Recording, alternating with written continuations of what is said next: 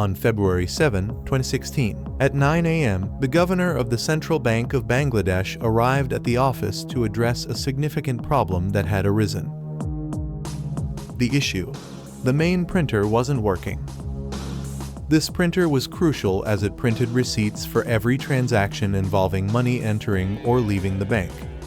Without it, there were no records of these transactions.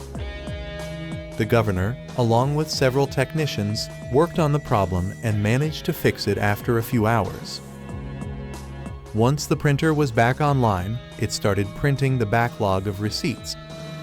Amidst these, other problems emerged. Initially, they thought everything was malfunctioning because the receipts showed unusually high amounts, which seemed unbelievable to them. $21 million, $19 million, $32 million, $25 million. The governor and others were shocked to see these amounts. All this money had been withdrawn from the Central Bank of Bangladesh, meaning it was government money. The receipts showed where the money had gone, but only to vague and unknown accounts, merely mentioning places like the Philippines with some account numbers. The governor ordered all these receipts to be collected. There were 35 in total. The total amount of money withdrawn was $951 million, almost $1 billion. The entire bank went into chaos, with everyone scrambling to figure out what had happened and whether more money was still being withdrawn. However, no more transactions were occurring at that moment. Nearly $1 billion had already been taken, and no one could understand who had stolen it or where it had gone. This was the largest cyber heist in the world.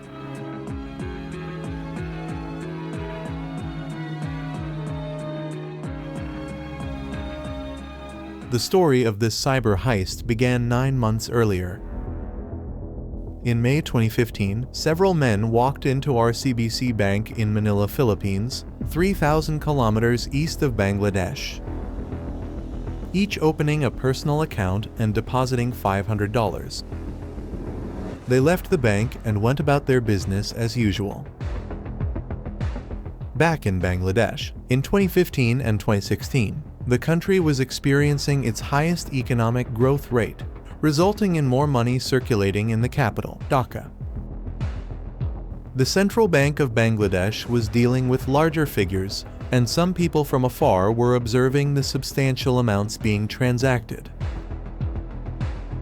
Months passed, and on a regular day, an employee of the Central Bank of Bangladesh was checking his emails. After checking his emails, he completed his administrative tasks and went home, unaware that he had just triggered a significant event. He had clicked on an email infected with a virus, which allowed the virus to infiltrate the bank's software, functioning like a growing cancerous tumor. This virus enabled hackers to access the computers of the Central Bank of Bangladesh from anywhere in the world. These hackers were not ordinary amateurs, they were methodical. Initially, they aimed to understand the bank's operations, who worked there, the working hours, holidays, what the manager did, and unofficial holidays like Islamic holidays. They wanted a comprehensive understanding of the bank's future schedule. Time passed, and it was the first Thursday of February 2016. Thursday is the last working day of the week in Bangladesh, with Friday and Saturday being holidays. The hackers had not only infiltrated the entire bank, but also hacked the bank's SWIFT code, allowing them to transfer money anywhere in the world without issue. In the first phase, they issued 35 transactions, sending $951 million to the Federal Reserve in the USA. Why the Federal Reserve? Because Bangladesh had a reserve there where it stored its money. The hackers, well aware of the bank's procedures, sent the money to New York, instructing the Federal Reserve to transfer it to the specified accounts as if it were on behalf of the Bangladesh government.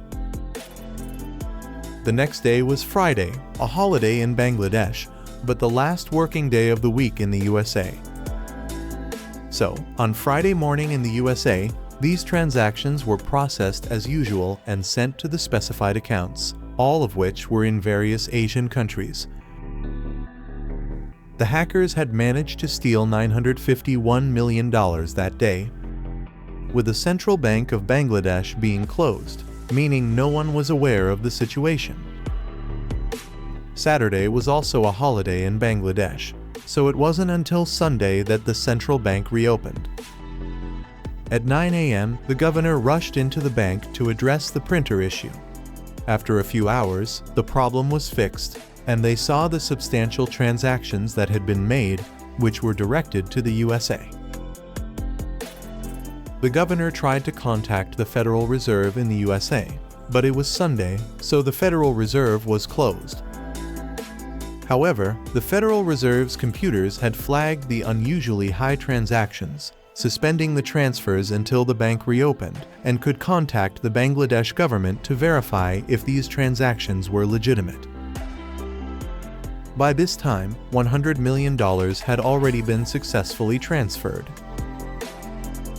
Out of these, $20 million had gone to Sri Lanka, while the remaining 4 transactions, totaling $81 million, had gone to RCBC Bank in Manila, to the same 4 accounts that had been opened with $500 each. Suddenly, $81 million was deposited into these 4 accounts.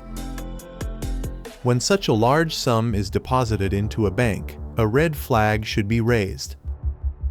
However, RCBC's computers did not flag this as an unusual transaction. These 4 individuals quickly withdrew the money and sent it to various casinos across East Asia, primarily in Macau in China.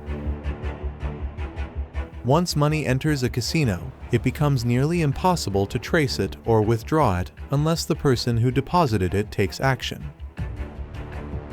Interestingly, the Central Bank of Bangladesh tried to freeze the $81 million in RCBC in the Philippines, but it was a special Monday, Chinese New Year, and the Philippines was on a 2-day holiday. Consequently, the holidays had aligned perfectly for the hackers' plan to succeed. Although the government of Bangladesh managed to recover the $20 million in Sri Lanka, they couldn't do anything about the $81 million. How do we know the money went into various casinos? Because the 4 men who opened the accounts were caught. They were mere pawns, paid to open accounts and take a small fee in return. The rest was handled by the cyber thieves. Thus, these cyber criminals didn't manage to steal nearly $1 billion, but succeeded in taking $81 million, making it the largest cyber heist ever. This incident caught the attention of governments worldwide, all eager to understand how it happened to prevent such occurrences themselves. The more they investigated, the stranger the story became. However, one thing they discovered was that the IP addresses of the hackers indicated they were in North Korea. Although it's not difficult for hackers to disguise their IP addresses, it's highly likely that they made it look like they were in North Korea to avoid detection. Alternatively, it could indeed be North Korea, known for its successful hacking operations.